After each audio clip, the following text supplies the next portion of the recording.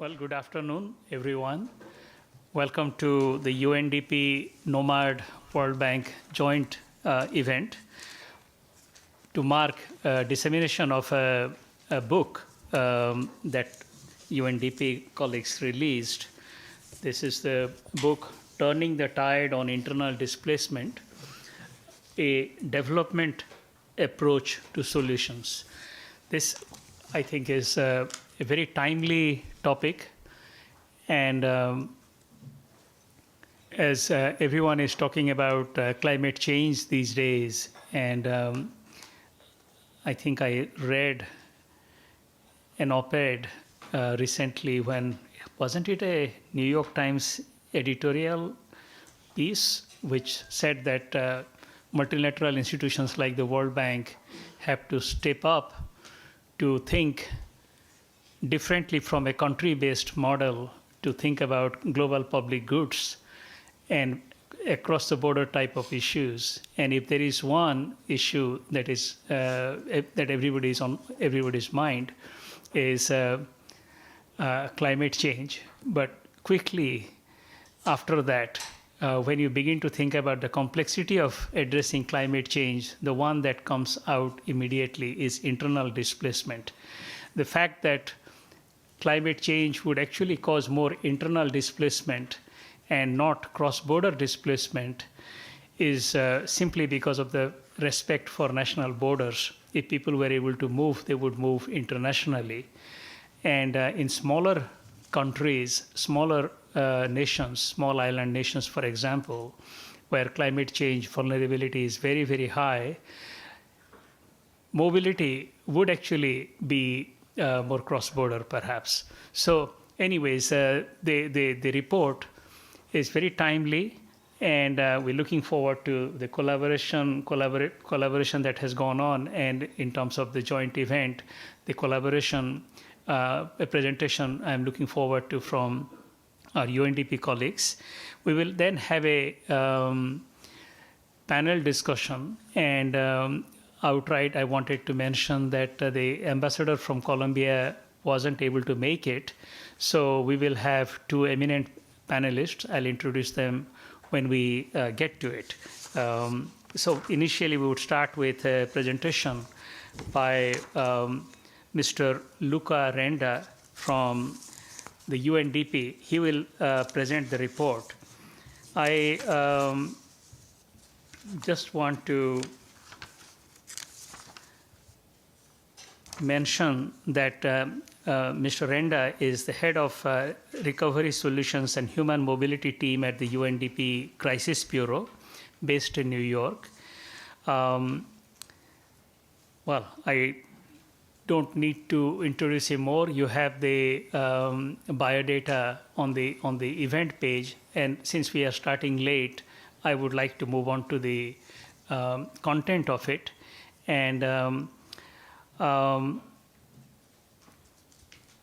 I also would like to mention very briefly that we have here many colleagues from UNDP, but in particular, David Khudur is here, who is also the focal point for KNOMAD's collaboration with UNDP. So it is Luca Renda.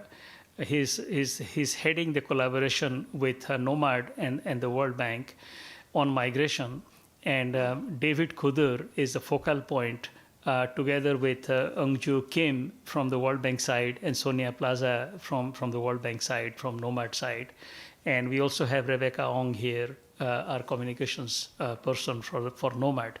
And since I believe this is the first time I'm chairing a session after 3 years in person. So I would like to mention briefly that KNOMAD stands for Global Knowledge Partnership on Migration and Development. It is intended to be a brain trust for the global community. Global Community on Migration, you could read that as GCM, the Global Compact on Migration. Yes, KNOMAD intends to position itself as a brain trust for the global community on migration. And it is anchored on 9 thematic, we call it groups, thematic working groups. And one of them is internal displacement, forced displacement and development. Another one is special topics, and we have collaboration with many UN organizations. We are very thankful to the partnership with UNDP. With that, I would like to invite Mr. Renda to make the presentation. Yeah, can you use that?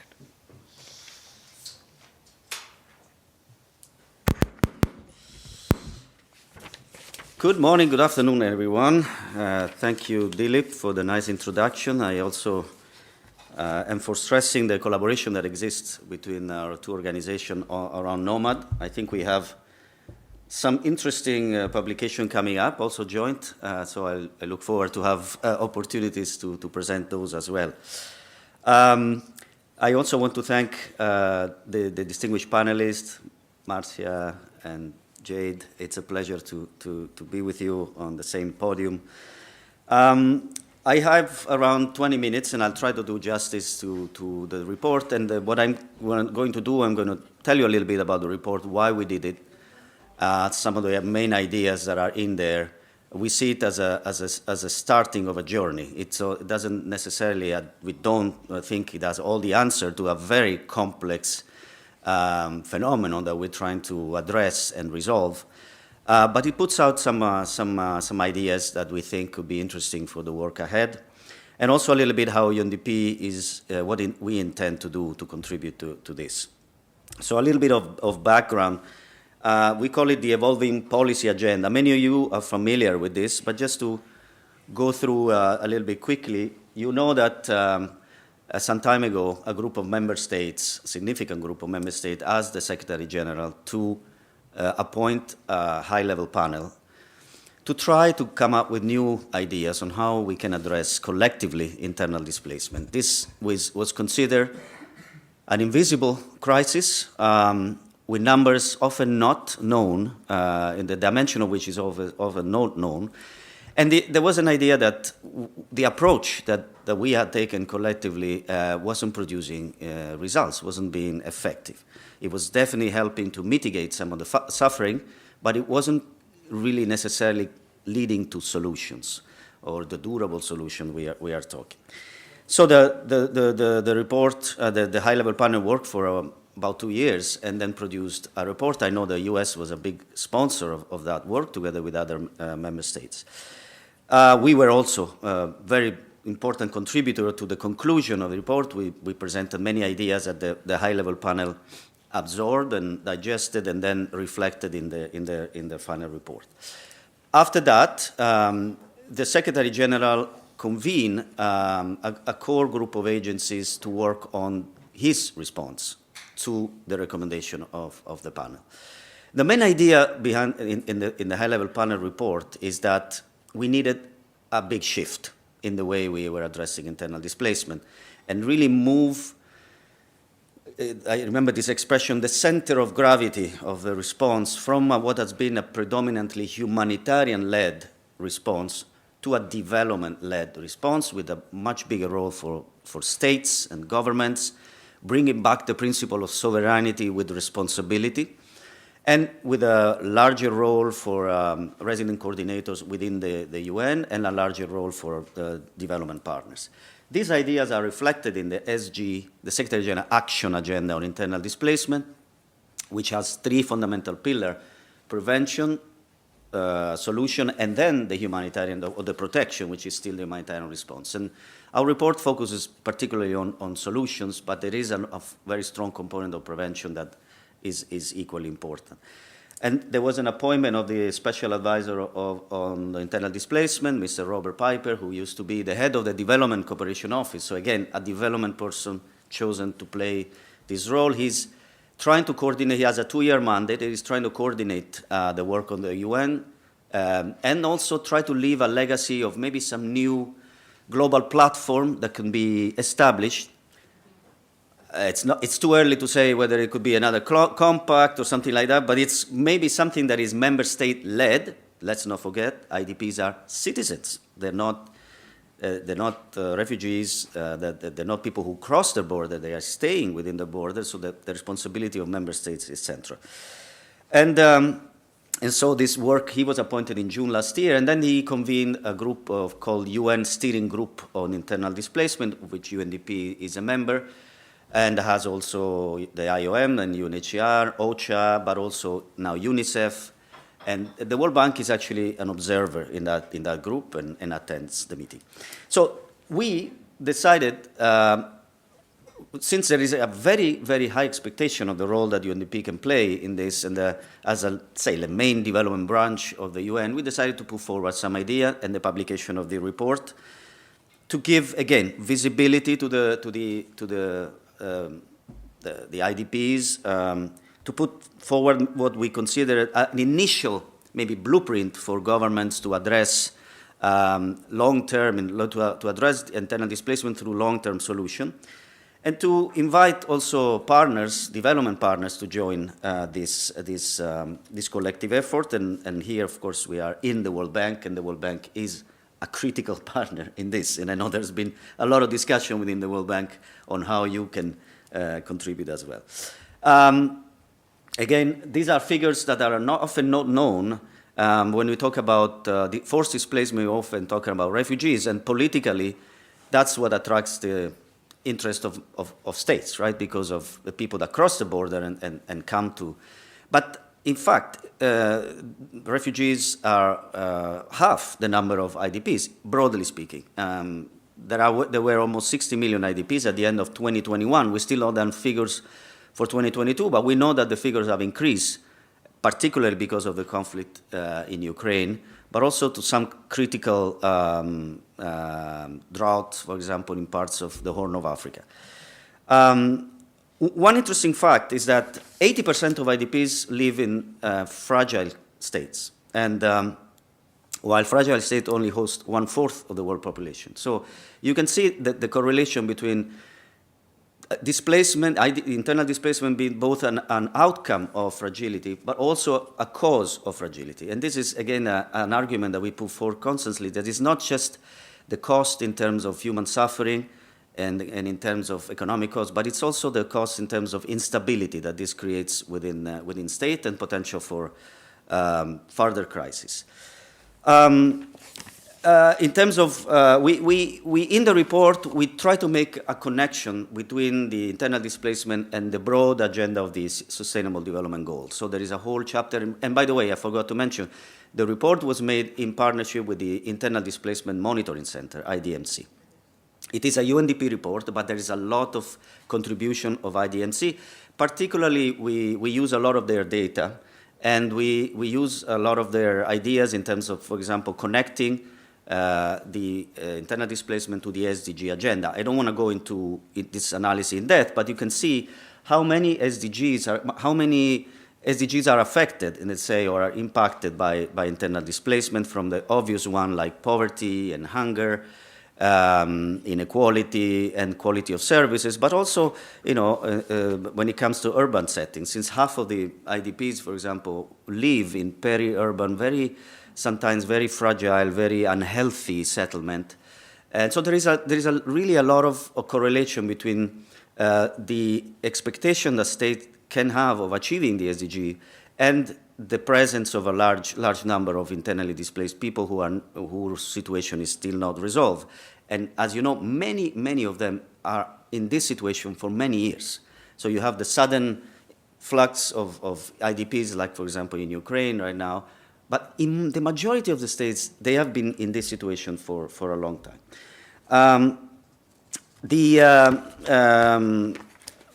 There is also an economic cost, and here we use some figures that I think the World Bank had created. Only in 2021, the cost of internal displacement was estimated at around $21 billion. But this is a very gross underestimation, because it only considers the cost of 1 year of providing IDPs with certain basics assistance and 1 year of lost income. But what it doesn't take into account is the repercussion that this has on the economy of the state, the kind of investment the state has to take or to make for longer term solution.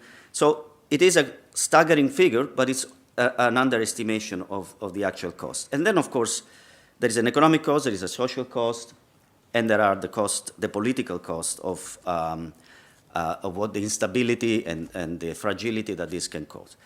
One thing we know is that we don't have enough data about the impact of internal displacement on development. And that's a big area that needs to be further worked together to get a better understanding and providing governments with better figures and better tools to do to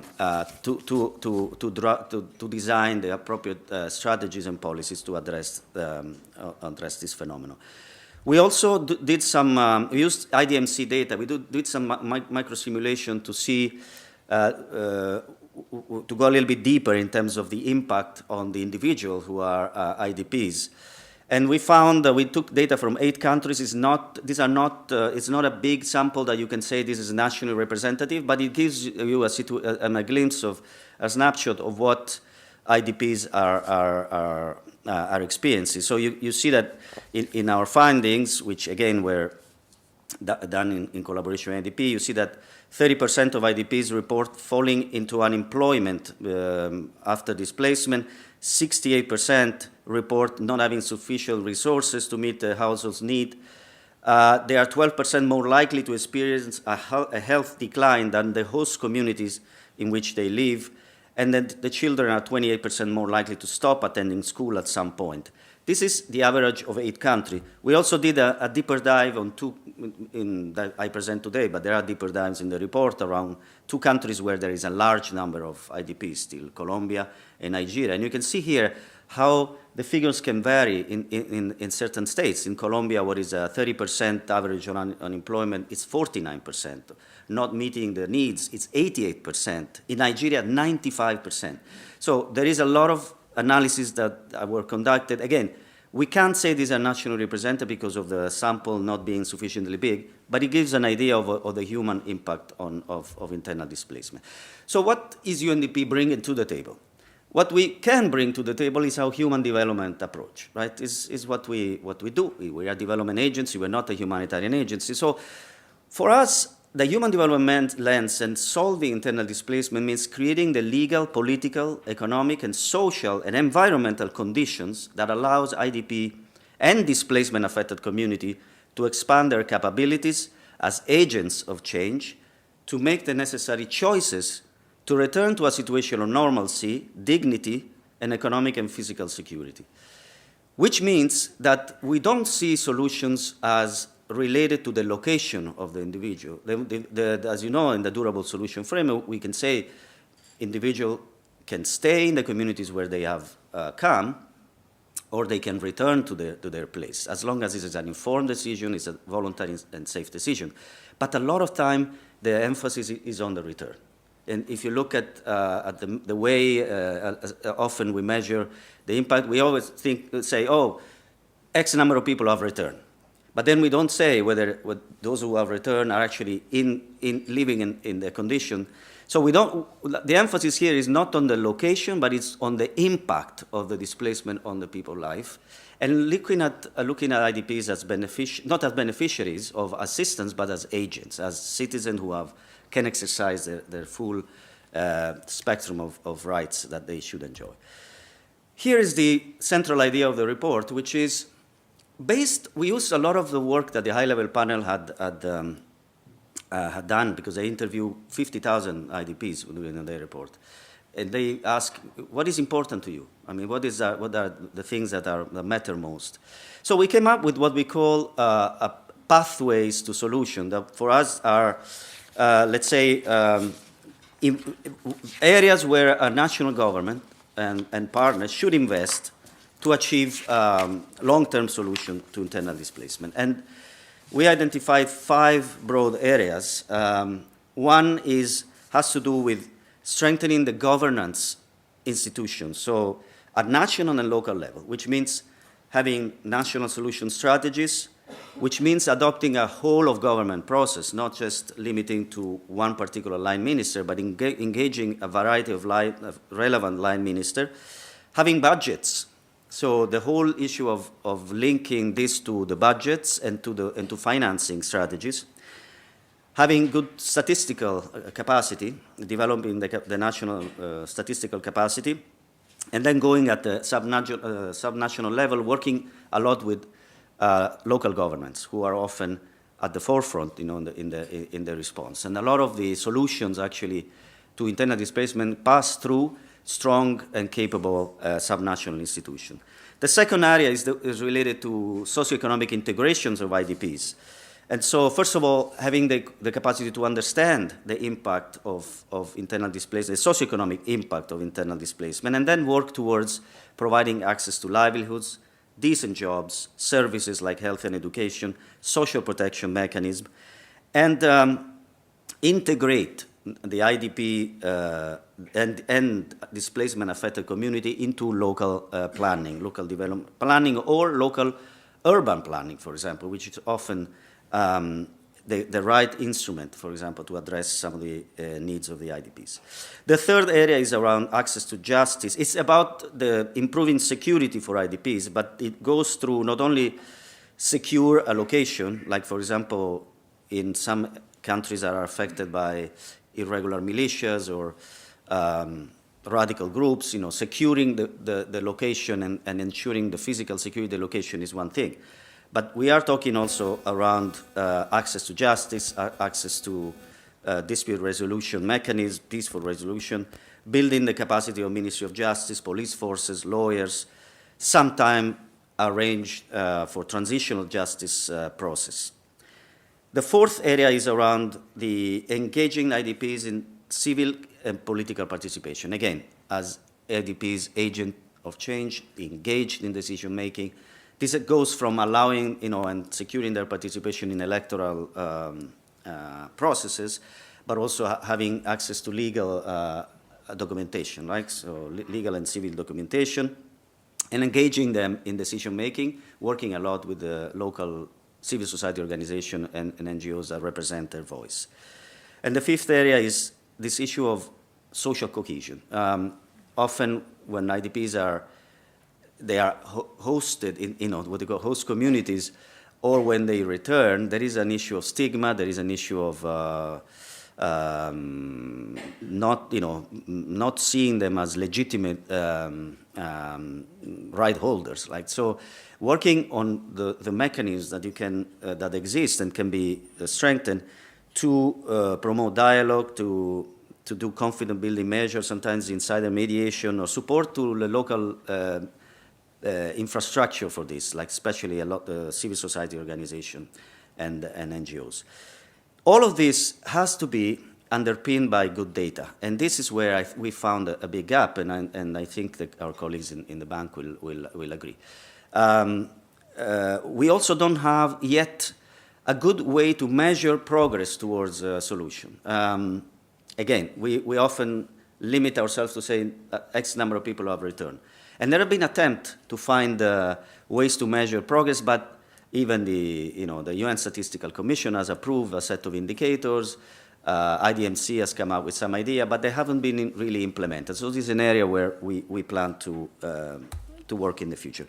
We also provided some, looking at the time here, we also provided some example of where things have worked, and when there are good examples of this. In Bangladesh, for example, the government has set up a very strong digital platform called A2I that allows people to access government service no matter where they are. And the IDPs have been, there are not big numbers in Bangladesh, I think around 400,000, but they have been able to access government service through this digital platform, which they work with UNDP. Some of these examples, I would say most of these examples are related to UNDP work.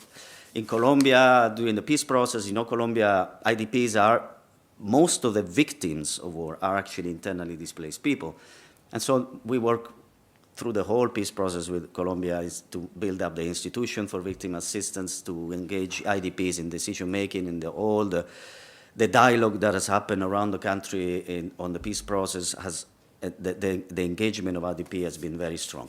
In Libya, actually the number of IDPs officially has been reduced by 60% in the last few years, and this thanks to joint work by UN, and the government of Libya. Our engagement was especially on the stabilization program in Libya.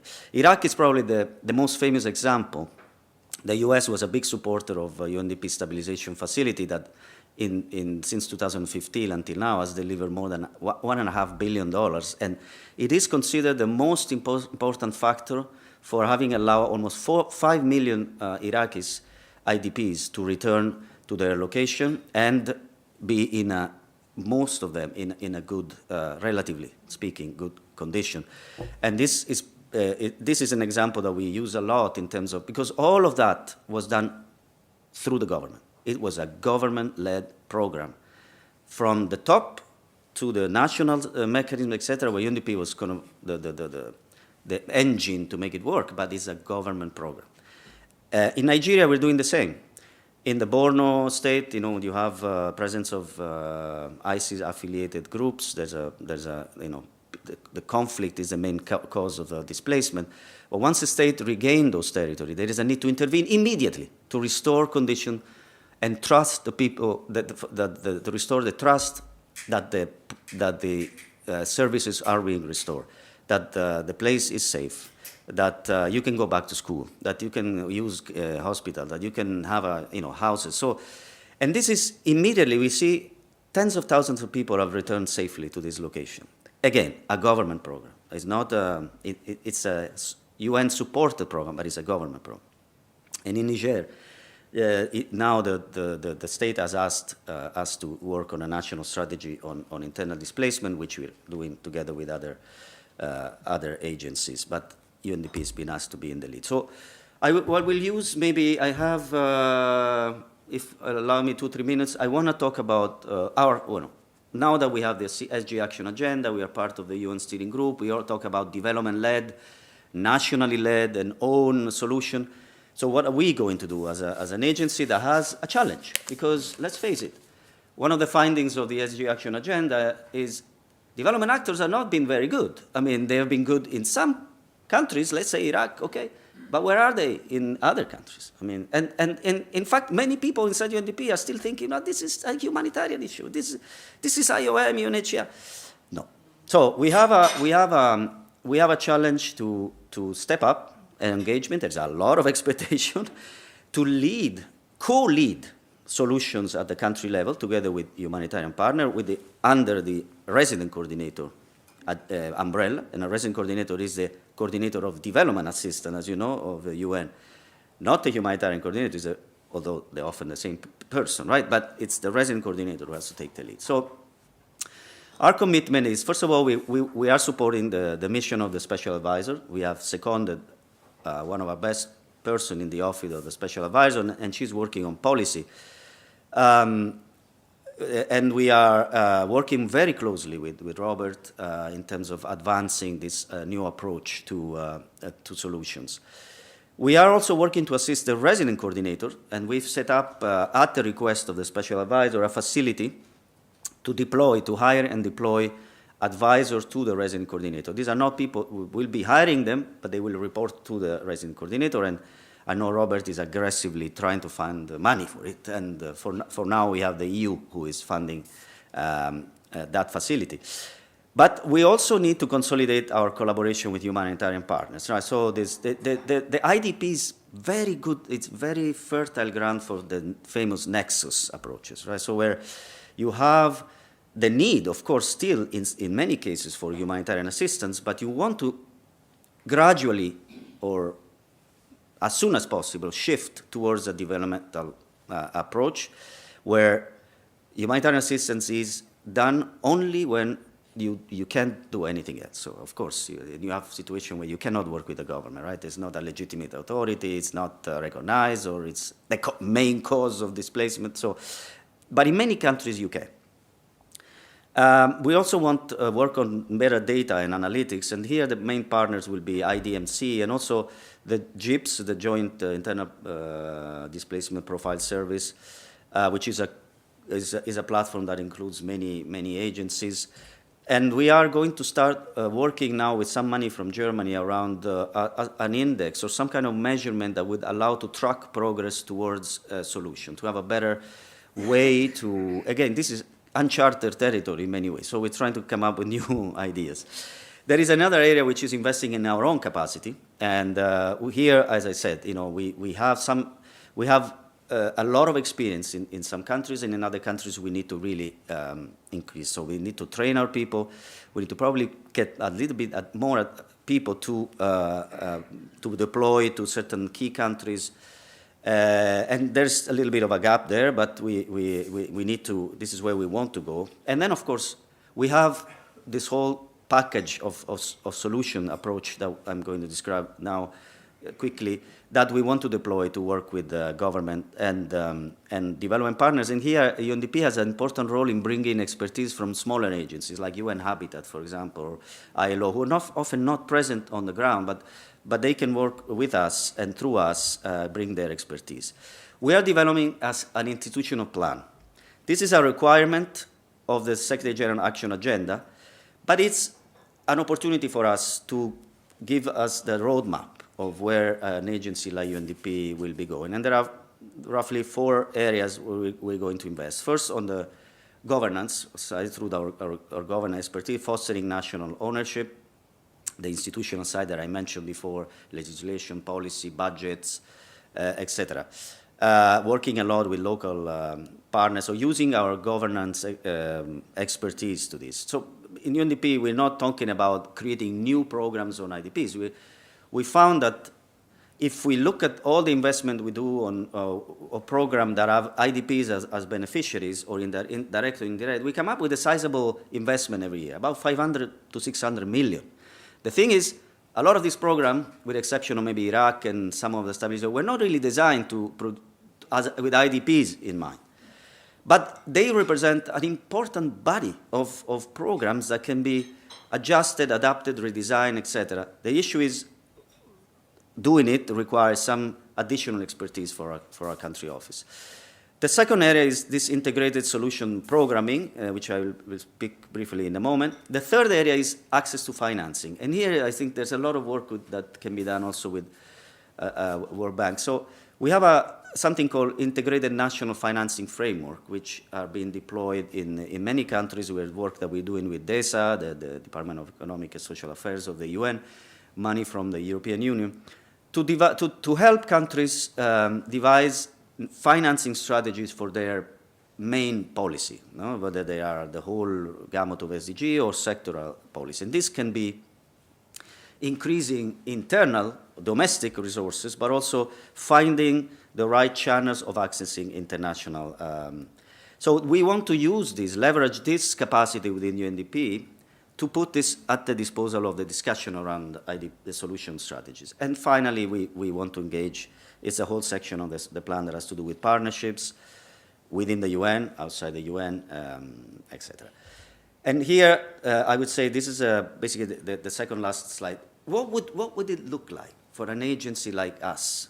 And this is very representative of UNDP, but what does it look? UNDP working on internal displacement. So we try to map this in what the prevention side, the bridging side between humanitarian and long-term development, and sort of other interventions that are more oriented toward long-term solutions. So obviously on the prevention side, the whole work around climate change, mitigation and adaptation, we are the largest actually implementer of not in terms of project, I think the World Bank is the main, but I think financially speaking, we are a little bit above you, I think, or we're around there, in terms of GEF and Green Climate Fund, Adaptation Fund, and all that.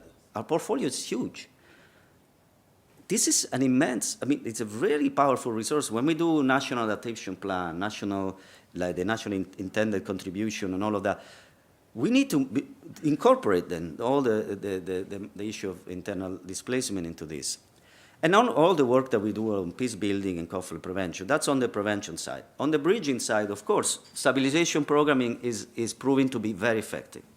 I don't go in a lot of details here, but stabilization happens when you have an area that has been liberated, often associated with ISIS-linked group. Iraq was an example. You have now Nigeria, Sahel, Libya, Mozambique. We have But it's not always related to ISIS group. For example, we have a huge opportunity now in Ethiopia. We have a peace process, and you have a lot of IDPs, and we need to make sure people believe in the peace process and understand and trust what is happening. And with all the complexity that is engaged, but it is a big opportunity. Somalia is another case.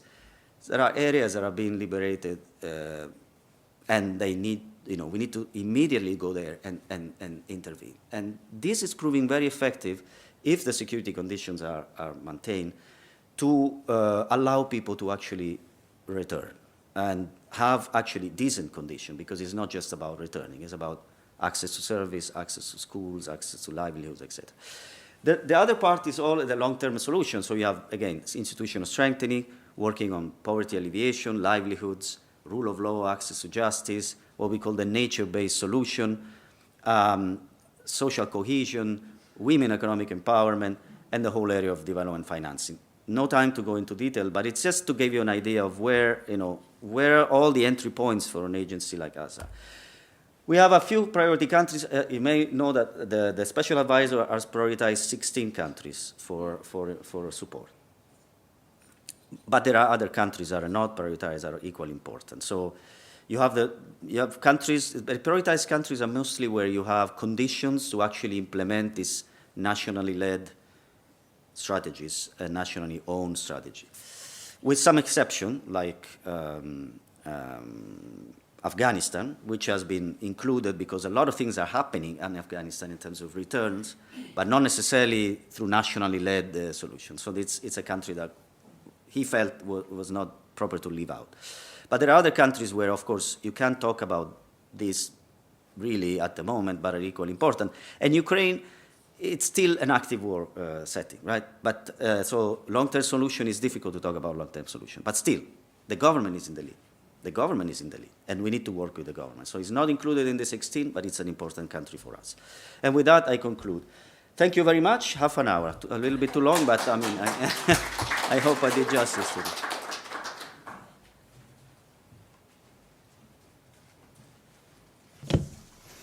Thank you, Luca. This was very, very useful. You were on time. No worries about that. And the topic is so important that it's okay. You took your time. I mean, it was perfect. I just remembered that the third item you mentioned, where you referred to the World Bank also on access to finance and technology, I suppose. The two are intertwined now. I just remembered an example, and it still remains with me, in early maybe 2002, 2003 period, when Iraq was in disarray, and civil servants were being paid with sackfuls of cash, and security situation was terrible. I believe US government floated a tender to make it easy to pay civil servants and just generally open up access to payments within the country and outside, mostly focused on within the country. And Visa won the contract. And somebody from Visa went down to Iraq and provided a solution within 6 weeks, start to finish 6 weeks. And the cost was less than $200,000. All they needed to do was get a few laptops and have a batch processing so that once or twice a day it would hook up to the satellite for data transfer. And lo and behold, Iraq was connected to the Visa network of banks and institutions. So I still remember Financial Times wrote about it, and solutions don't have to be expensive, and they can be innovative, and they can be dramatically impactful. So that was just an aside, just so striking that I thought I'll bring it up. With that, I would like to open now this next session, which is the panel. The panelists would be speaking now. So let me first invite the first panelist. We have two. The Colombian ambassador couldn't make it. Let me first invite Ms. Marcia Wong, who is a deputy assistant to the administrator of USAID's Bureau for Humanitarian Assistance. Prior to the Bureau, Ms. Wong was head of policy for the International Committee of the Red Cross and regional delegation for the US and Canada. And she has over 25 years experience with the US Department of State. Over to you. Myself. Thank you so much, everyone. It's really a pleasure to join this panel. My remarks can be incredibly short because I should just say I agree with everything he said. Boom, it's over.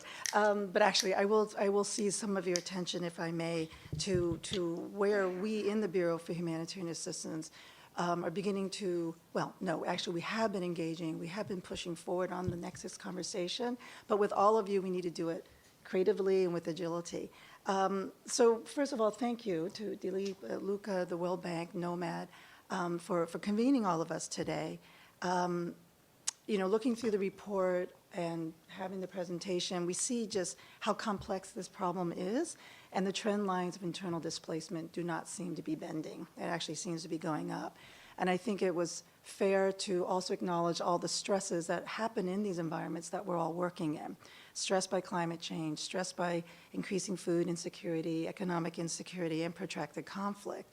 And at the same time, if I may, the growing humanitarian needs are definitely outpacing the resources that are coming forth from donors.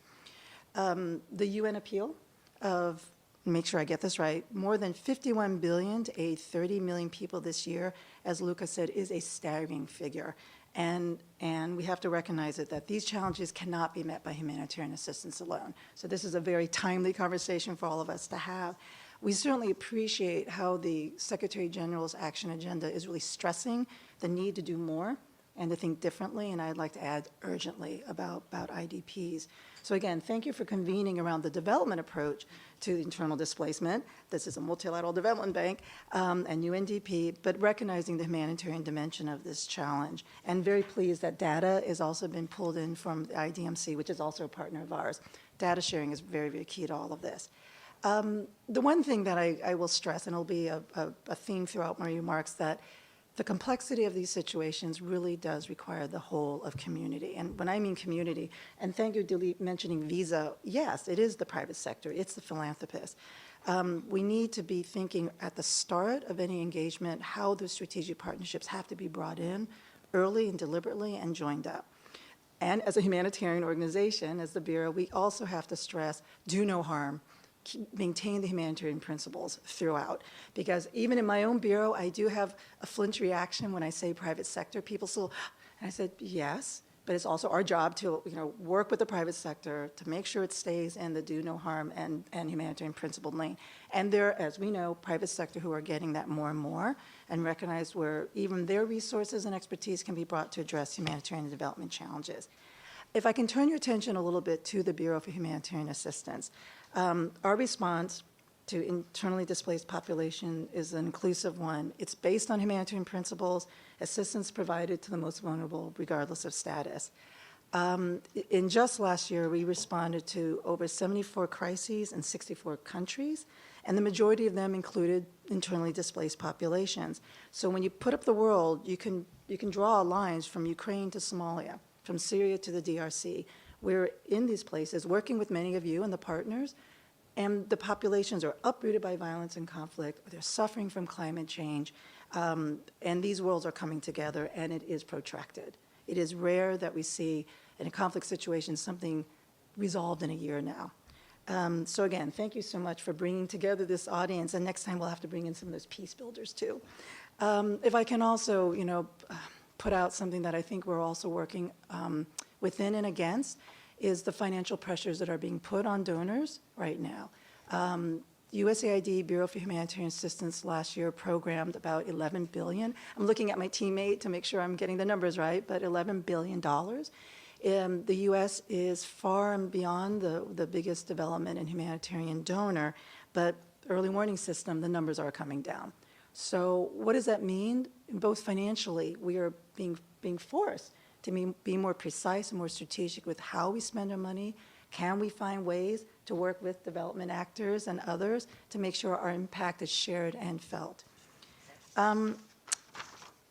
I want to also give you a little sense of a couple illustrations of our work in IDP response. And I am so sorry that our ambassador from Colombia is not here to join us, because Colombia, I believe, is a country that has a lot of the factors that it could really change the dynamic and the approach towards IDP. So I appreciate the work that UNDP and others, including USAID, BHA, on focusing on this country.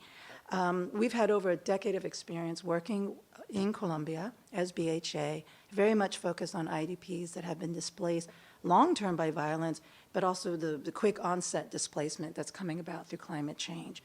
I had the privilege to visit Colombia last fall and met with IDP communities outside Buenaventura and Cali and Bogota. And actually, many of these IDP communities were also mixed with the Venezuelan migrants and refugees.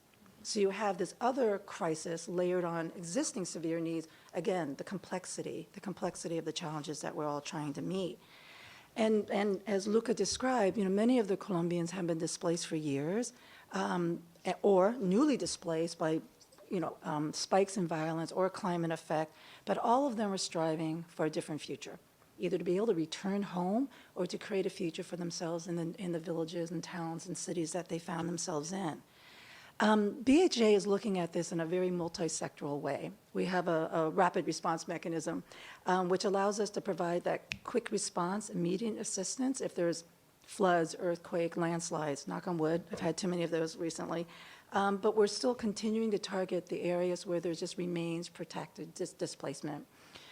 And through our partners, we're working on that multi-sectoral approach because the needs are multi-sectoral. It goes from food assistance to protection to shelter to wash and economic recovery programming. And I want to turn your attention to the whole issue of cash assistance. We're very robust in that, and cash is best. Don't send your shoes, send the cash.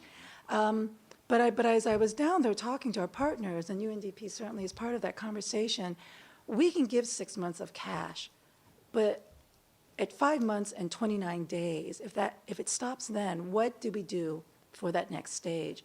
And so obviously, you can provide cash assistance, but let's talk job training. Let's talk, about how do we move them into placements? Where is the private sector in Colombia helping build a doorway for them to come in? How do we incentivize it as humanitarians and development actors? So in Colombia, for instance, we're talking very much, again, the importance of the community and their own ownership in it, the local and subnational and national authorities and the political will behind it. How can we all project past the basic needs and to advance the well-being and the sense of stability and security? And there is a psychosocial support aspect of this too for IDPs. So let me take you from Colombia now, and let me take you to South Sudan, which also suffers huge IDP populations. In one of my returns back to government, December 2013, I walked into USAID, and the next day they started shooting in Juba. The first thing I did was set up a task force on South Sudan. 10 years later, we have over, I think it's 2 million IDPs still in the country. We have humanitarian, we have development, we have the peace nexus trying to get traction there. So even in a context like that, our approach, even though it is rather particular because we're dealing with camp management, but how do we, even within these IDP camps where it's stable and secure, transition management to responsible government authorities? How do we look at the Juba IDP camps to move the health services being provided in the camp to a more community-based solution?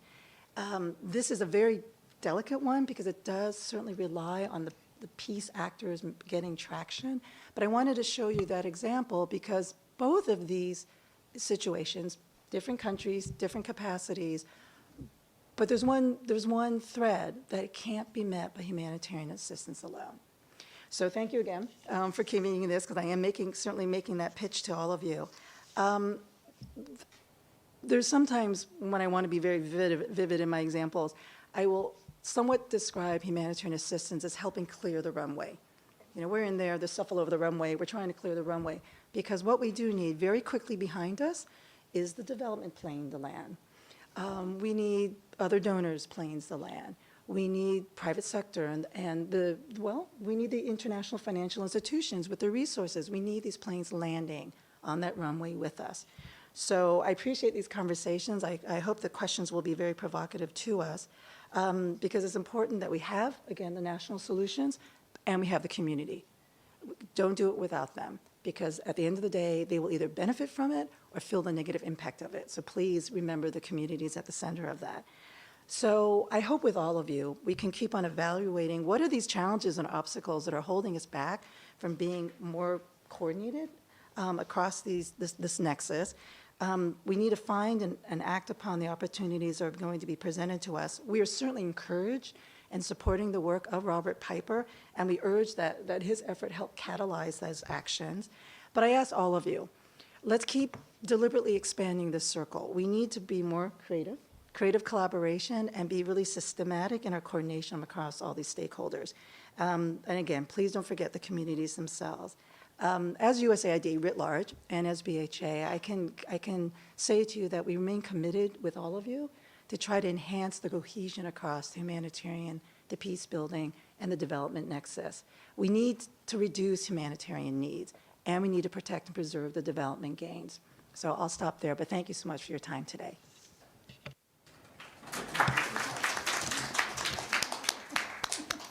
Thank you, Ms. Wong. I would like to invite now Jade Ndiaye. She is a Senior Operations Officer in the FCV, Fragility, Conflict and Violence Group of the World Bank.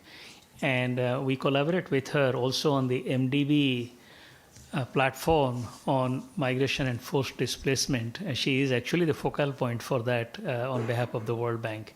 Over to you, Jade.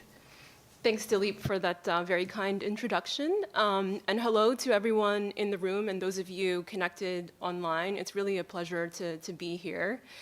I'd like to say first thank you to the KNOMAD and UNDP team for inviting me to participate in this panel. Some of you here may know that the World Bank has a good collaboration with the UN Action Agenda on internal displacement. The Fragility, Conflict and Violence Group actually participates in the steering committee meetings as an observer. So we're very much pleased to be able to contribute to the conversation about how to better support development solutions for IDPs and really recognize this as a growing challenge that needs our urgent attention. In 2021, the World Bank published its report on its approach to conflict-induced internal displacement, and that really articulated the bank's approach on this topic. And it sort of reframes the question about the role of IFIs and financing, not asking the question so much about how do we provide more financing, but how do we actually better integrate IDPs in our existing financing and programming. And that's really about mainstreaming an approach and about working with country teams with the highest numbers of IDPs, figuring out how do we get this on the agenda and on the radar of our country partnership frameworks. And I'll talk a little bit more about what this mainstreaming approach has actually meant in some of the country contexts where we've worked. Three main points that I'd like to highlight on the bank's approach as an IFI. I mean, I think firstly, as a development organization, the World Bank is focused on medium to long-term socioeconomic aspects of displacement, as well as supporting government approaches that focus on institutions and policies. That said, engaging specifically on conflict-induced internal displacement can be challenging, right? Because the solutions are often political or security-related in nature. So it's important to recognize really that each context is unique, and that the World Bank can play the most effective role as a part of a broader coalition by working in close partnership with the UN and other actors that may be able to engage in ways that the World Bank cannot. And secondly, the engagement of IFIs in the World Bank is not about financing, but it's also about data and understanding the conflict and political economy dimensions. And I think that that's been very much reiterated by Luca in his presentation. And so there's a need to design approaches that are really anchored in a good understanding of the context and the conflict dynamics in the affected countries. I mean, I think a good example of that is the risk and resilience assessments that the World Bank conducts in a number of fragile and conflict environments, but not limited to that. The World Bank's analytical work, for example, as well, through the World Bank UNHCR Joint Data Center is also critical. And we continue to work with UNHCR on several fronts to expand the availability and quality of socioeconomic data on IDPs, and also working on strengthening governments' data capacities. Thirdly, in terms of how we actually operationalize this mainstreaming of IDPs into World Bank financing, it really means, like I mentioned, working with governments and bank teams in country, especially in those countries with the highest numbers of IDPs, to ensure, where appropriate, that we're able to support projects that target IDP hosting areas. So there are examples of this, more recent ones, for example, in Ethiopia, in Iraq, in Ukraine, Burkina Faso, and Cameroon, where we have projects that have managed to actually do this successfully. And this includes projects that are working with governments to address the immediate needs of communities, to access basic services, projects that, for example, focus on rehabilitation and reconstruction, recovering infrastructure destroyed by conflict, increasing community resilience, for example, to the impacts of conflict in a sustainable way. But it also means that IDPs are integrated into the World Bank's country programming through systematic country diagnostics and also country partnership frameworks. And there's some evidence that the increased analytics, the increased focus on data actually translates into more programming and helping to set the strategic priorities around this area of engagement on IDPs. So that, once again, just to emphasize that the data and analytics is key for programming as well. All that being said, I mean, this is a difficult challenge. There's more work that needs to be done to better integrate IDPs in the World Bank in our own financing tools.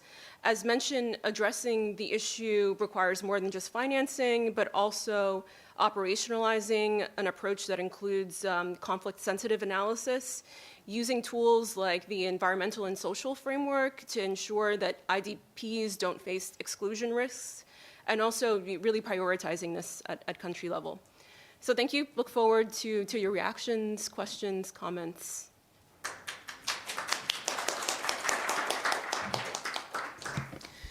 Thank you, Jade.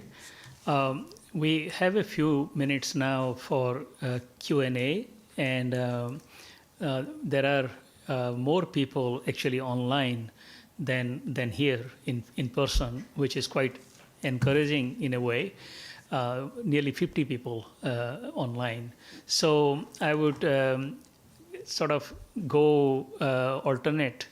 First question here, because you took the trouble to come here. So the first question goes to Sonia. I mean, she can ask, how many questions do you have? Thank you very much. Yes, please. Thank you very much. I'm Sonia Plaza, part of the KNOMAD team. And we just came back also from another collaborative work on youth migration from Nairobi, OECD, and UNDP. But I have 3 questions. First question, I haven't heard the differentiated approach of IDPs between climate change and IDPs of political. I'm telling you because I was in Mindanao, in Philippines, and I saw the treatment. For climate change, the IDPs received all the support. For the IDPs that were more on the conflict, the terrorists, they were very marginalized. So I would like to see one approach. That's one. The second approach, the example that also Jade has been saying, analytics, it's key. Just to give you an example. 3 years ago, 2017, we did a household survey on poverty assessment with a specific chapter on IDPs for Somalia. That helps us to integrate, as Jay has said, in the programming, because help us to define the projects on social protection when we were looking at that and not leaving those behind. and also further projects that were coming to support those ones. So it's key we have that. It's not only the IDRMC database, because maybe we wanted to look at also at the household survey poverty assessment that help. Then my third, so that will be interesting to see how you are thinking on that. And the third thing, yes, it's important to work with the humanitarian partners, and I think it's good to have the collaboration, but we have faced certain things that the humanitarian partners are very protective. Just as an example, we wanted to do something on financial inclusion, and they said, no, you cannot enter into this part because we are in charge of this part. No, so that's the, no, we go there, but these kind of things, in the kind of things, so we see that on the things, or when these registries, and we create so many registries that we cannot collaborate to have at least the basic information. So I think that we have to open on those one. And finally, you mentioned climate change. We are working in Somalia. This is another project. We are working with the pastoralists, but we are monitoring the pre-arrangements. So we are doing drought index insurance for the pastoralists, but also monitoring the conflict, because climate change is creating a lot of conflicts. So we are trying to go to areas. It's not easy because we are in Gedo right now, and we cannot enter 15 kilometers from Gedo to go to the pastoralists. Over to you. Thank you. Thanks for keeping your questions brief. And simple. And simple. I quite like the first question about how do you differentiate and address different kinds of IDPs who became displaced because of political reasons versus climate-driven IDPs. Very, very, very important question. Before I think we should take 2 or 3 questions. That way we can have some synergy in terms of responses as well as the questions also. So I would like to request colleagues from who have joined virtually online. If any of you have a question, please start speaking. All right. Yes, hi. Yes, please. Please, I don't have the screen in front of me, so please mention your name and keep your question brief, please. Thank you. First, thank you all. My name is Gadir Kunna. I'm a Sudanese American. I used to be ex-UN. I wanted to ask, first of all, your presentations are very informative, and there is a lot of information that's been going around, and we've known for over 3 or 5 decades since I've joined development 30 years ago. My question is the following. As Sonia just noted, now there is definitely the IDPs, there's an overlap in them. However, I personally, now coming back to the development field, I've just been approaching a lot of people, be it in Sudan or other countries, primarily in the MENA region. When I ask them, like, okay, what do you think of the development field and what are we doing as humanitarian people trying to help these things? And everybody, I have to tell you, their number one reason when they tell me, we appreciate all what the UN, World Bank, everybody's trying to do, USAID, you name it. But they're like, our concern when you talk to the majority of people is, we really don't want to be displaced. We would love if people can help us. First of all, with democracy in our country, stabilize us. And a lot of them, people would tell me, it's very disconcerting for us because we're living in our own countries and we can barely survive. And you take, for example, Sudan that has 9 borders. There came a time, Sudan is one of the most famous countries where we had influx and that destroyed our own economy, unable to sustain people coming from other countries. And they're like, it's hard for us trying to stabilize ourselves internally. And a lot of the things that were happening, climate change, is because the government didn't invest in the green belt and stuff that I was working on when I still live in Sudan. And now they're like, and we have all these other immigrants also coming in, being displaced with us internally. And one of the problems recently raised to me was where the USAID... Could you please keep it, maybe stop soon? Yes. Yeah.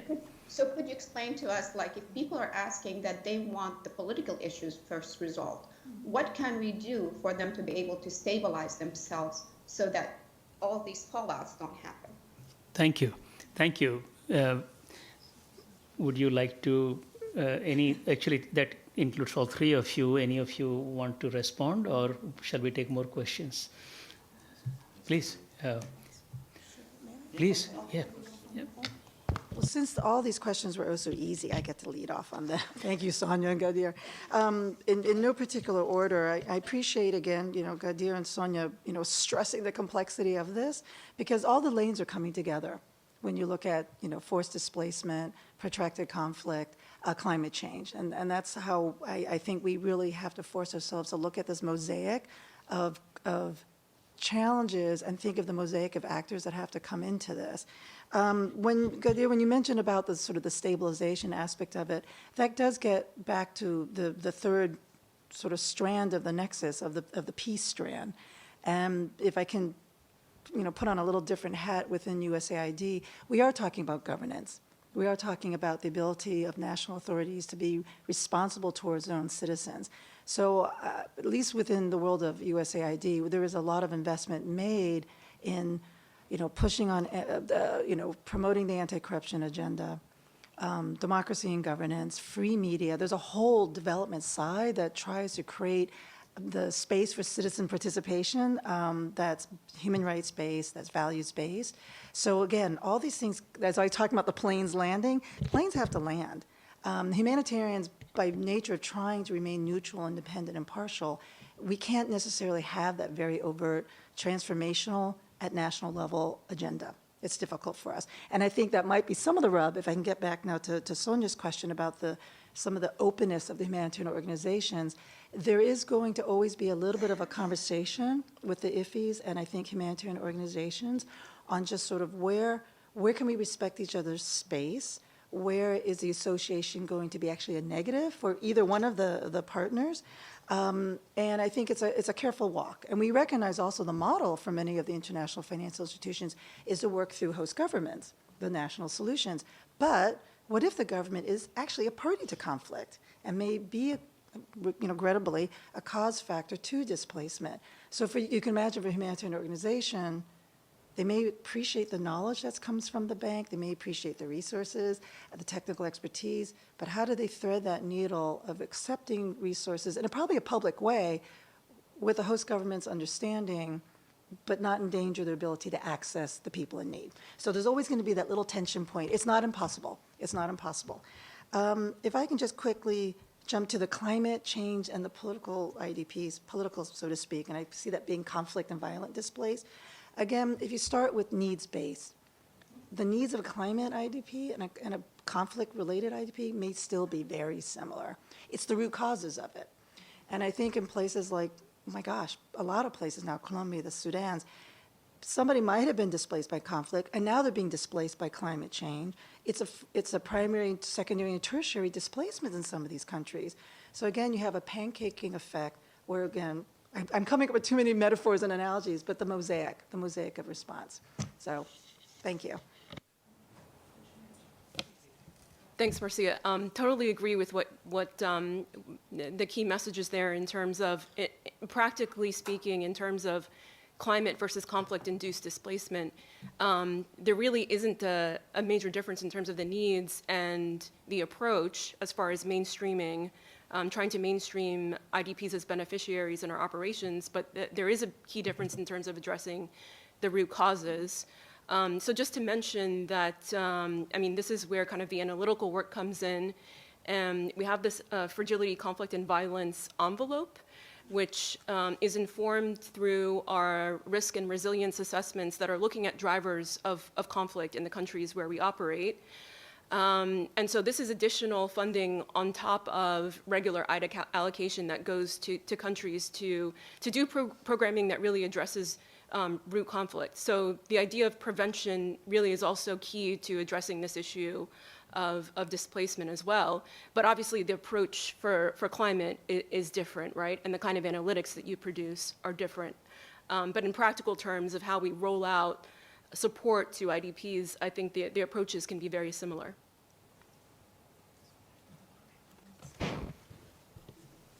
So, on the climate-induced displacement and conflict-induced displacement, I think there's a lot of work that is being conducted but needs to be strengthened about the predictive side of this. I know the World Bank has done great work, the famous Groundswell report, We also have a collaboration in Africa. There's something called Africa Climate Mobility Initiative, which we're doing with the Columbia University, UNEP, et cetera, that is trying to, exactly, that now has been exported to the Caribbean.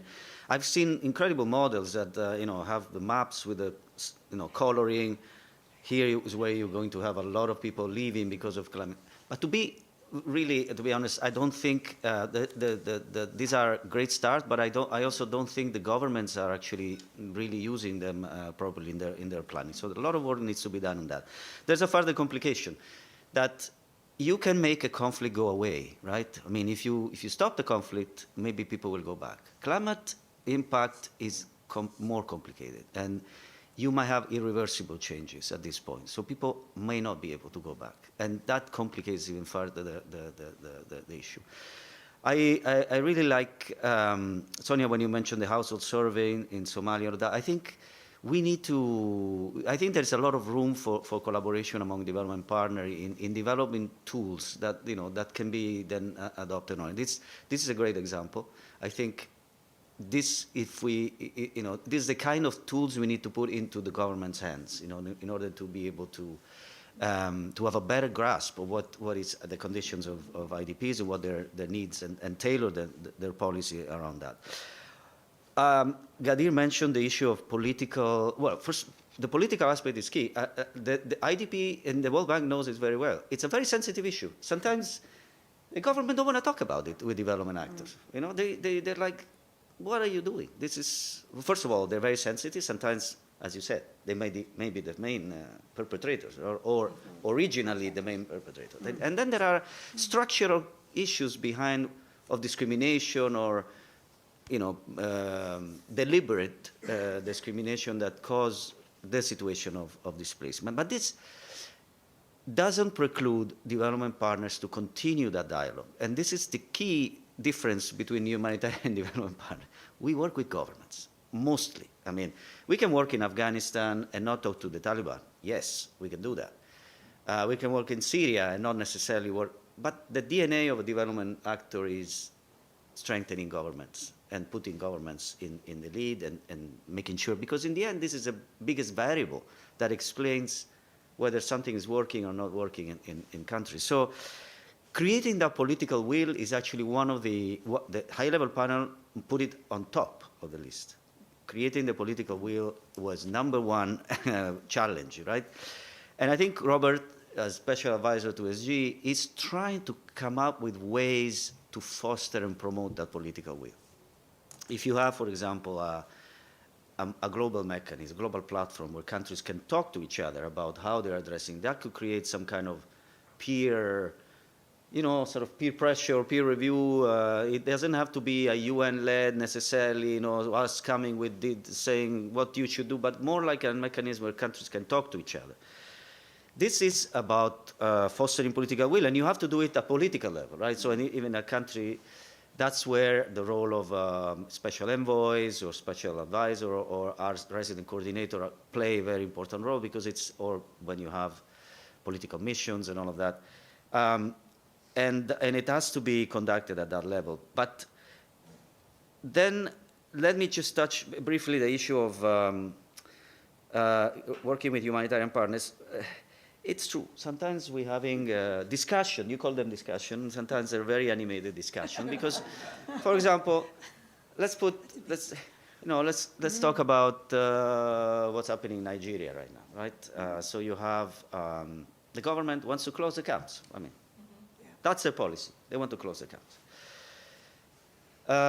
We might not like it, but that's what the government wants to do. So either we say this is wrong, or we keep, we want to we feel people in camps are more secure and protected, or we try to take a more constructive approach. And by the way, the Secretary General visited Nigeria, and he openly said to everybody, you have to go work with the government of Borno, because he's trying to do something that merits support.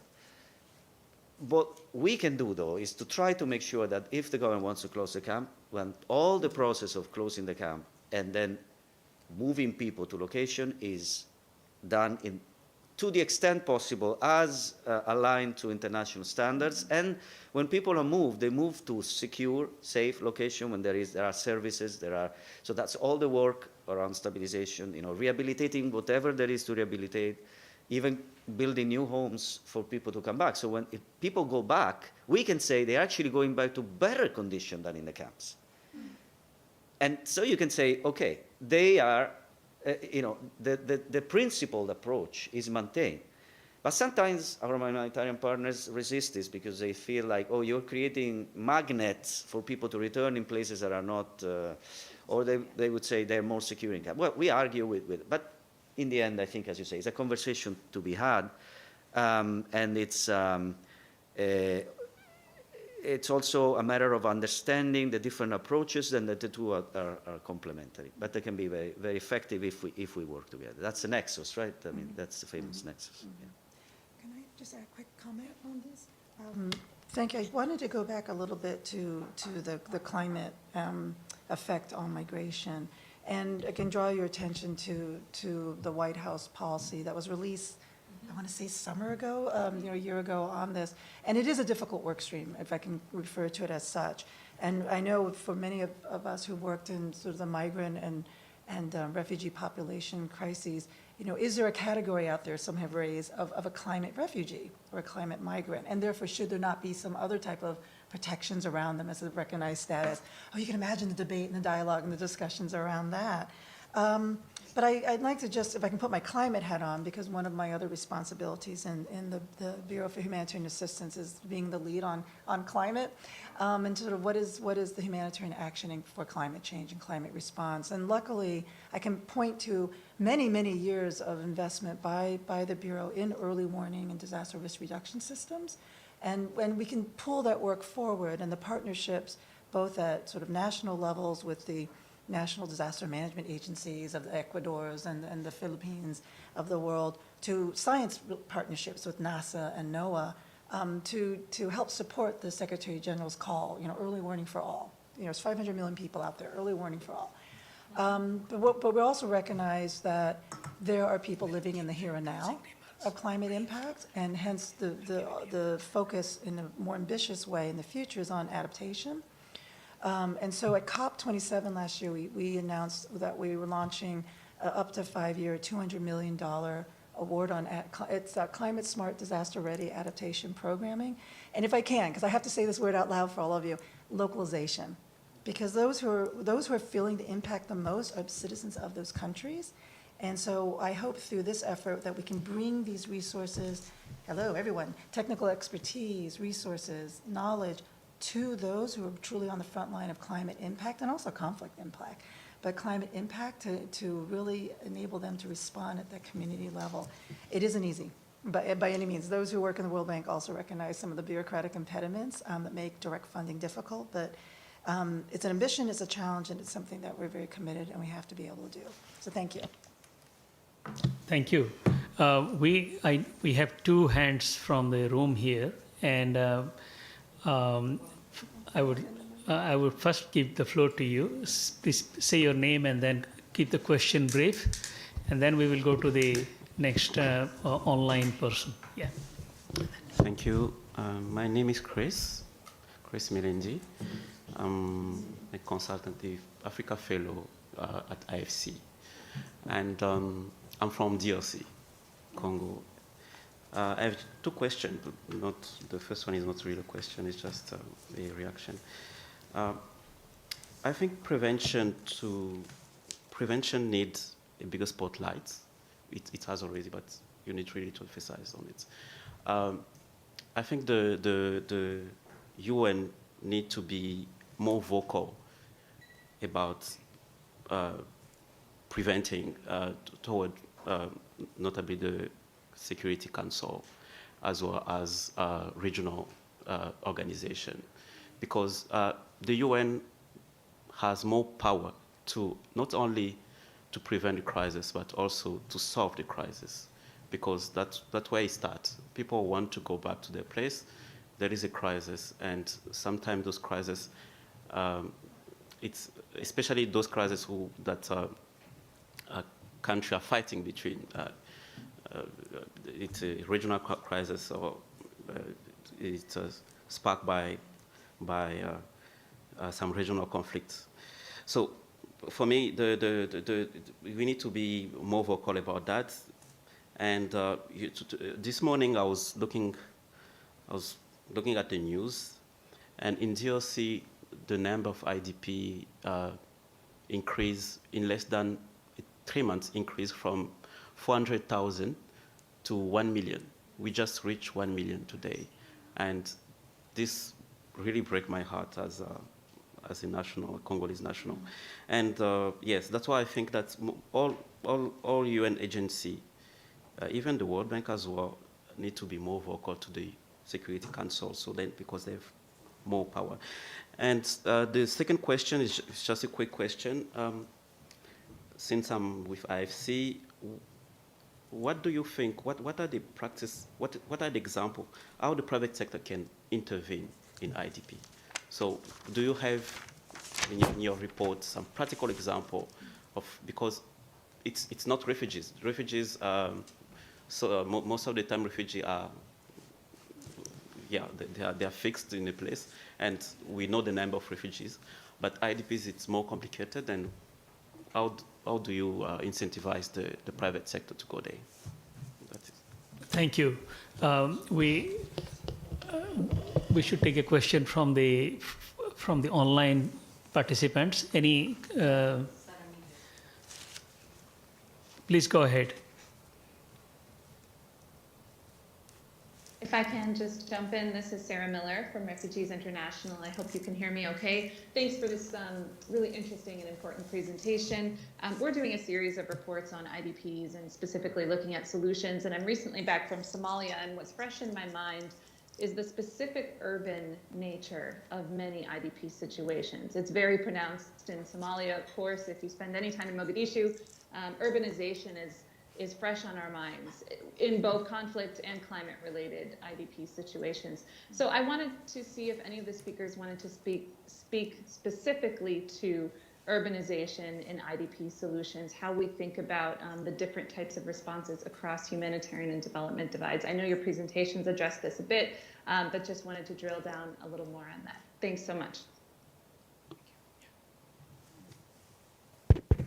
Yeah, thanks for giving me the floor. Alfredo Manfredini-Böhm from Social Protection and Jobs here at the World Bank, Africa East. If I may torture another metaphor in addition to the ones Marcia brought up. I wanted to speak to Luca's presentation. There seems to be a focus there a lot on protracted displacement. So in a way, IDPs are like water, and protracted displacement are those frozen to place. But most of the time in Ethiopia, where I've worked a long time, you see that many return within actually a short span of time, 4 to 5 months, and return to their home villages, where there is very little actually by way of development assistance to help them get back on their feet. So what do we do about the ones who trickle away? Thanks a lot. Very good questions. I would like to give the floor to the panelists and to Luca. Maybe, Jade, you want to go first or you want to go last? Maybe I can start off just with some of the comments on DRC. So just to mention that we have a good collaboration, the World Bank, with UNHCR, and actually in the coming months we're planning deep dive conversations, including on DRC, looking at the refugee issue, but also at internal displacement as well. So I'm hoping coming out of those conversations that it'll be an area of increased focus. In terms of how the private sector, how we can be working with private sector on IDP issues, I mean, I'll be frank, because I was working on private sector more in relation to refugees than IDPs. I mean, I think it's really challenging. I think so far the bank approaches really have been focused on how do we create economic opportunities through private sector, but there aren't always incentives, and we have to acknowledge that in some contexts there may not be incentives. I mean, in terms of how we work on the issue with refugees, it's a lot of it is about the policy environment, ensuring access to documentation. So I think those are some of the kind of easier entry points, but not necessarily always relevant in the case of IDPs. So it really is very context specific. But I think it's a tough nut to crack. But so far, really, a lot of the interventions have been focused on economic and livelihoods opportunities and how private sector can be working to facilitate that in some of these environments.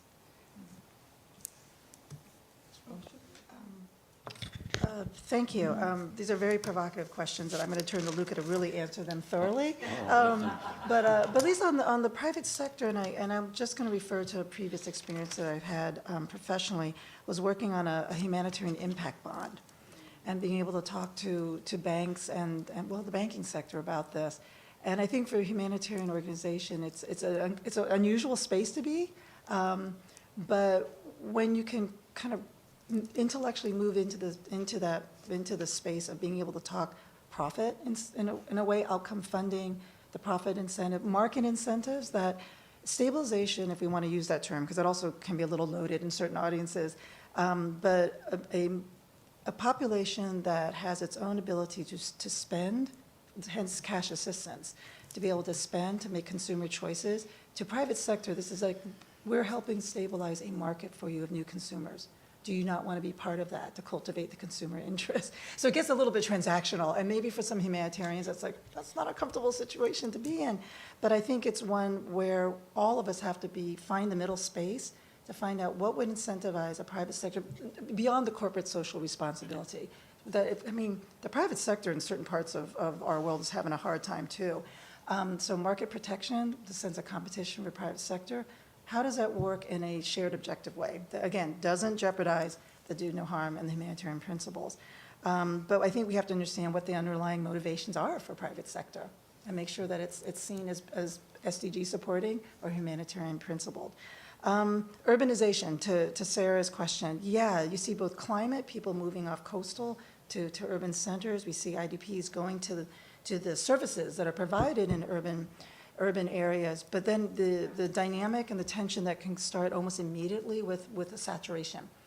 And so I think in our responses, it's really quickly needed to start engaging the municipal authorities fast on what the tension points will be to lower the temperature, where there's certain, again, it's very, as Jay put, it's very context specific. I remember even when I was working on Ukraine, when Donbass, we saw displacement out of Donbass, these are Ukrainians receiving Ukrainians, but if you didn't have, at the time in Russian, the propusк, if you didn't have the identity document that identified you as a citizen of this town, I can't rent to you.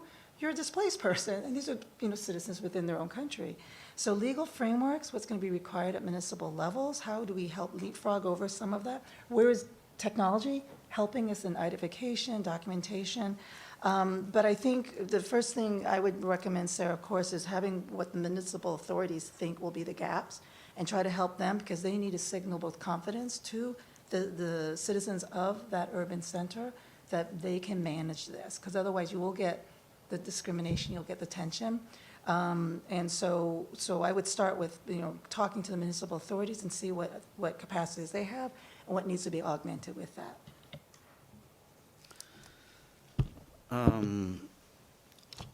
Well, so first of all, I think it was Chris, the issue, definitely I agree.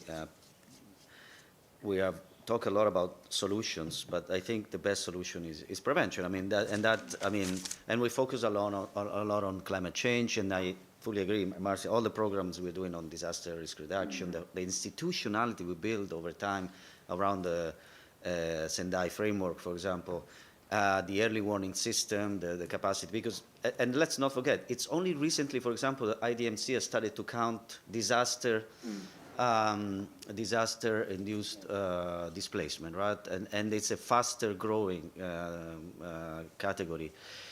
But on the peace building and conflict prevention, it's very difficult. You talk about DRC. We've had a UN mission there for a long time. We have a special envoy. You have Security Council that has tackled this. And as you know, the functioning of the Security Council at the moment is not precisely the best, right? You need the five I would say, not even 5. We have 2 or 3 countries that need to agree for the Security Council to be functional. But even so, I'm glad you say the UN has great power to prevent and resolve. But it is really not. I mean, it is really a political. It has to do a lot about the conditions within the Security Council, how effectively the UN can operate. But I mean, it's a bigger discussion. But I do definitely agree that the whole issue of prevention has to be, in fact, is one of the pillars of the SG action agenda. On the private sector, I agree with Marcia and Jade. A private sector can be, first of all, a provider of solutions. If you are, for example, looking for digital, for example, a solution for ID, for identification, or for biometrics, or maybe like in Bangladesh, I was mentioning this huge digital platform that they put in place. And then one of the reasons why they did that is because they wanted to make Bangladesh a powerhouse in digital transformation. And the private sector was really a big part of this. Private sector, of course, is the biggest employer, and so maybe, there's ways that once the big, the main humanitarian or sort of immediate stabilization, let's say, phase has ended, you are working towards recovery, you need to incentivize private sector investment, for example, in the areas where we want to facilitate return. That requires, as you said, legislation, incentives, etc. We're not expecting the private sector to come and sell help because they accept maybe the corporate structure, but they are, they run their business. But there can be conditions created for the private sector to make a contribution. Interesting you mentioned the humanitarian impact bonds. I think that's another areas where, through this innovative financing, we can probably help governments to raise money and engage other kinds of private sector, like financial. So some countries are experimenting with SDG bonds right now, or social impact bonds. The jury's out. We'll see when you're an expert on it, Jen. All right. And so I do think that in the grand, the area of financing, I think that's other mechanism that we can experiment, and we can work with governments to raise the resources. And finally, Alfredo, right? First of all, the urban, in Somalia, I think Somalia is the most rapidly urbanized country in the world, right? So Mogadishu has exploded in number of population. So I totally agree. I mean, here we need to empower local governments. We need to really work on urban planning tools. There is issues related to land allocation, land disputes that needs to be resolved.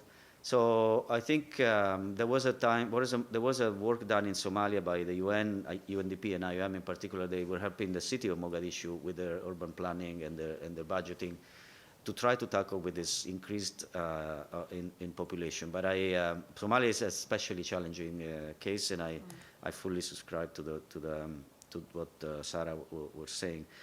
Finally, I mean, I think, Alfredo, you point to the fact that there are people in protracted displacement. The more you stay, and the less likely you are to come back. I mean, that's a fact. And then you have situation where people, within the 6 months, they can come back. I mean, Afghanistan is a case. I mean, it is a spontaneous return. And after the takeover from the Taliban, there was a big movement. Now people are starting to come back. So you don't necessarily have the condition to work with the government, but you need to make sure that those areas, and UNHCR talks about priority areas of return, and we have this area-based approach. You need to make sure that a combination of humanitarian and development kind of assistance is deployed in this area. Stabilization is another case. Stabilization is meant to be quick. It's not meant to be long assessment or that takes 6 months. No, it's make sure that if an area has been liberated and you want to create conditions for people to return, and you put the government in front, because that's the other thing. Stabilization, the government, sometimes we don't even have our logo in stabilization program. It's all about putting the government in front, because you want to restore government authority. These are kind of interventions that can be immediately applied to create a condition for people to return. I don't know if that was exactly your question, but that's the answer. I think that's for now, and thanks a lot for the very rich and challenging questions that were posed, and for which we try to answer to our best. Thank you, Luca. I think we are kind of above time now quite a bit, and I'm surprised that we have so many people still online as well as on the premises here. I want to thank you all, and I just want to make one comment, maybe two, quickly. One is on private sector. There are the investors who, if they want to invest wherever, we need to de-risk the environment, the investment opportunity, the program, project. So that's one approach. Then there are the donors. The donors are a bit scary because, they will give you $1 and they would want about $1 million worth of publicity.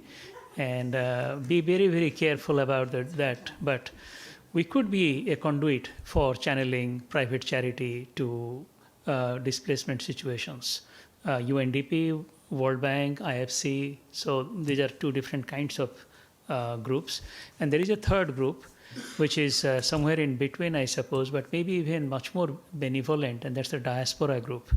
So internal diaspora, those who have been displaced, but out of those who have gone out and enabled themselves, they could be facilitated in their engagement with their own place of origin, or maybe where their families are or community are. With that, just some general comments. The need for data, clearly we need them. Innovative solutions, we need more than the normal solutions. And involving the community is very important. And financing is absolutely a must. Without financing, nobody will talk to us. So we need to mobilize more financing, and we need collaborations. So with that, from my side, I would like to invite Luca to say anything you want to say as a one-sentence concluding remark. And then I will also say one sentence concluding remark. Well, I think my sentence will be thank you for hosting this event and this conversation. Thank to you, thank Marcia for coming, thanks Jade. I think this has to continue. I mean, this is in some ways we are going into new territories. I mean, particularly from a development agency point of view, we're not new to this topic, but the scale of the engagement that is required is something that, and the collaboration that this requires. And I think there's a lot of room. I'm looking forward to the conversation with your colleagues this afternoon, but I think within KNOMAD or other, there's a lot of work that we can do together on the policy, on the tools, on this, which is, at the end of the day, what KNOMAD is for, right? It's knowledge creation. Thanks for mentioning the diasporas. Actually, I should have, Moldova right now, the diaspora are playing a very important role in supporting the response to the refugees and to help a lot of communities that are being. There's a tradition of Moldova of hometown associations that are receiving money from the diaspora and then putting into development project. And we were part of those efforts in Moldova. So you're absolutely right. And no, for the rest, I mean, lots of unanswered big challenging questions that remain. But I think we definitely have the commitment, at least in our organization, from the very top. So we're confident that we need to see within relatively short time some tangible impact of this, and we want to see these numbers, at least some of the countries, going down. So I'll stop here. Thank you, Luca, and thank you, Marcia, and thank you, Jade, and thanks, David, Sonia, EJ, Rebecca, and colleagues from UNDP. It has been very fruitful, productive session, and we should continue the collaboration within KNOMAD as well as with various global practices, including FCV group and climate change group and many other groups in the World Bank who are involved in this line of work. So we all need to be together, and we will facilitate collaboration, and let's continue the dialogue, including with the USAID, as much as we can. Thank you, everyone, for participating. Bye now.